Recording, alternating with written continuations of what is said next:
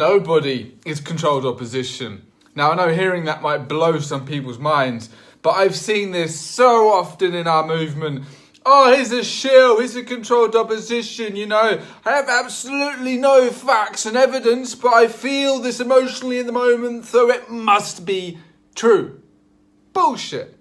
Do you know who I think actual controlled opposition are? Celebrities, politicians, people that we can very, very clearly see aren't speaking out about the truth in any way, shape or form. They're not speaking out about any of the bullshit that we're facing. But you've got people like David Icke, relentlessly is attacked for being apparently controlled opposition or a shill because who fucking knows why? Maybe he speaks about something too much or he doesn't speak about something enough. And people are like, he must be controlled opposition. Bullshit. He was instrumental in helping the Great Reopening. When I first created that movement, he was posting about it on his website loads. He helped that movement a lot. I've interviewed the man twice. Not controlled opposition. Andrew Tate is not controlled opposition. I spoke to many a young man whose lives have been improved by listening to Andrew Tate and the teachings that he has. Russell Brand, again, I don't believe he's controlled opposition either.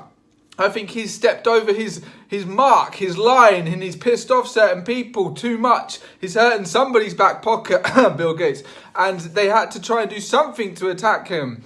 Again, with endless amounts of everybody who's got some power in the truth movement, I don't believe they're controlled opposition. What I do believe happens is there are people that get into this movement with ill intentions, and they deliberately rip off and scam people.